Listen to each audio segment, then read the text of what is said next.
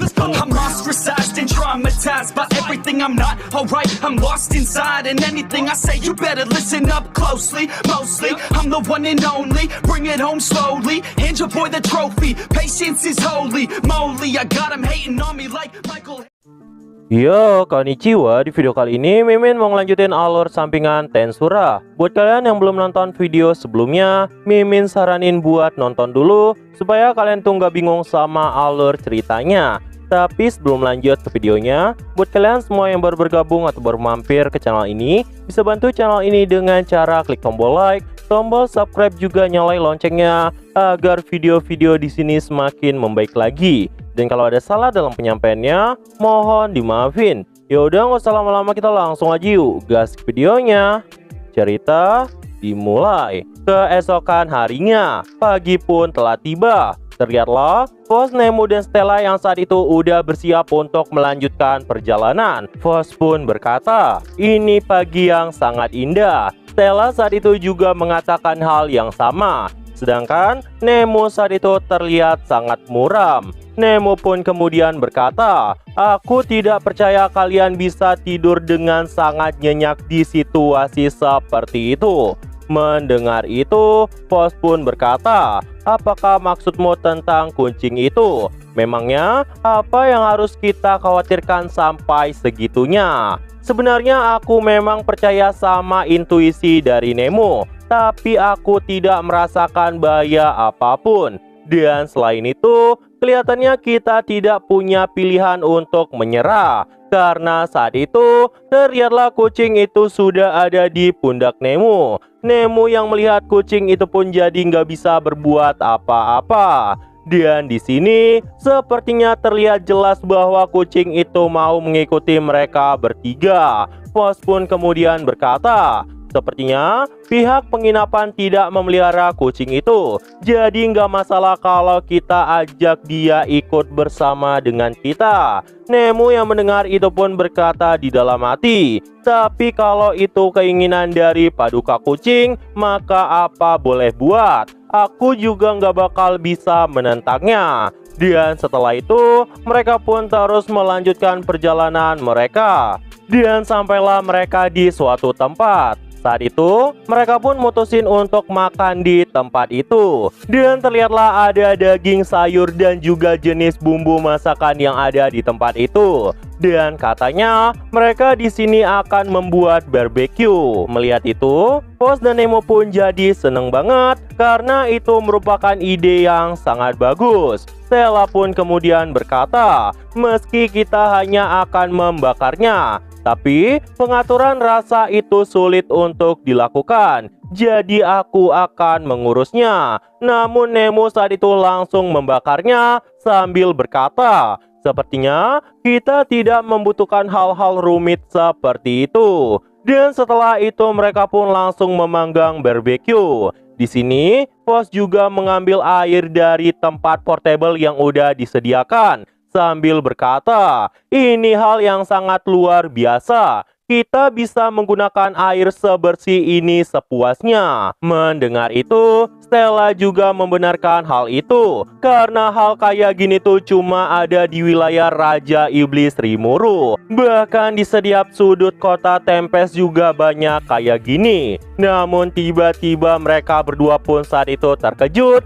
karena tiba-tiba terdengar suara Nemo yang berkata, paduka kucing, dagingnya sudah matang. Melihat reaksi Nemo yang saat itu sepertinya takut banget sama kucing itu, mereka berdua pun saat itu kaget banget. Dan saat itu, terlihatlah si kucing yang memilih makanan yang ada di atas meja yang merupakan pemberian dari Nemo sebelumnya. Nemo pun kemudian menyuapi makanan itu kepada si kucing.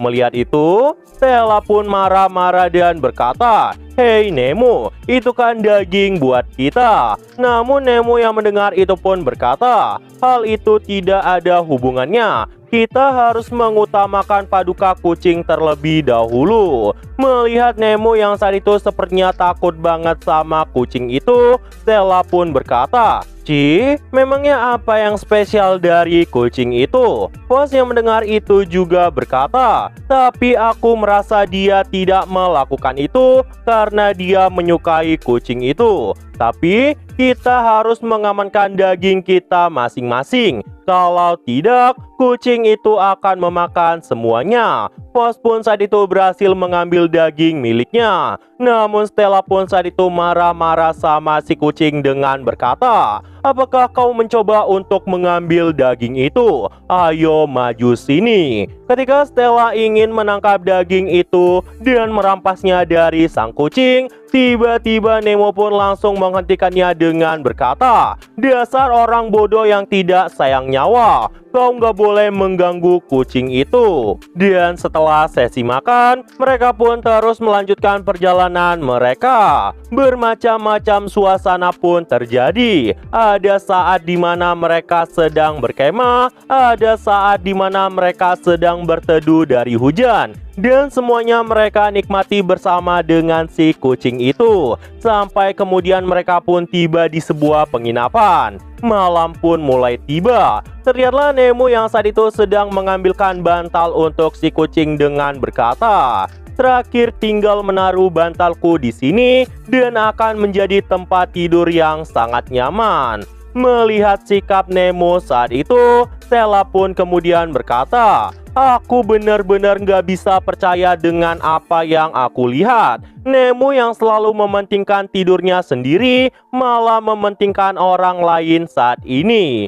Bos yang mendengar itu pun juga setuju sama perkataan Stella. Bos bahkan sampai takut karena kemungkinan ada yang salah sama syaraf otak dari Nemo. Namun Nemo yang mendengar itu malah berkata, justru aku berjuang keras demi kehidupan kalian. Jika tidak begini, aku yakin kita semua akan mati. Tapi ya udahlah, ayo kita cepat tidur karena besok kita akan sampai di kerajaan Brumun. Di sini, Bos pun berkata, dan karena itulah kita nanti akan menggunakan jubah yang telah disediakan untuk diri kita, supaya kita tuh nggak ketahuan bahwa kita adalah majin dari penghalang kota. Melihat jubah yang saat itu dikeluarkan oleh Bos, Stella pun berkata, jadi itu jubah yang bisa memblokir aura kita. Nemo pun membenarkan hal itu dengan berkata bahwa itu akan menyerap Magicool yang keluar.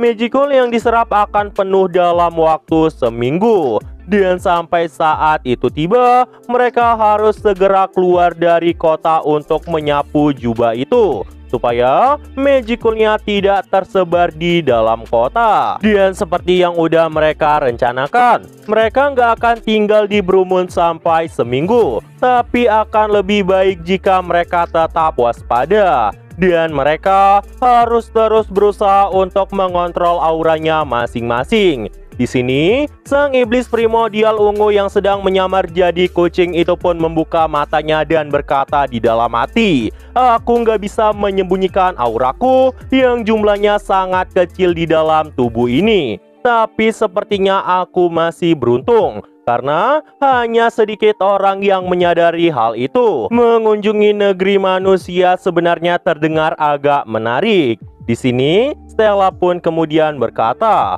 aku nggak percaya mereka tertipu dengan hal-hal seperti ini. Kota manusia ternyata bukan apa-apa. Namun di sini, Stella pun tiba-tiba mengingat sesuatu dengan berkata, tapi bagaimana dengan telinga dan ekor itu? Bukankah mereka bisa langsung tahu bahwa kau adalah Lancastrope? Mendengar itu, Bos pun jadi langsung panik dan berkata, untuk ekorku, aku akan memakai jubah untuk memperdaya mereka. Untuk telingaku, aku akan menutupnya dengan sesuatu. Jadi pasti akan baik-baik aja. Dan karena laporan mereka juga udah ditransfer, mereka pun kemudian mutusin untuk tidur saat itu. Dan saat tengah malam, Tiba-tiba, iblis primordial ungu merasakan sesuatu. Dirinya pun langsung mendekat ke arah jendela dan kemudian kembali ke wujud iblisnya sambil berkata, "Hei kalian berdua, ada apa sampai repot-repot datang ke sini?" Dan saat itu muncullah dua asisten dari iblis primordial yang berkata,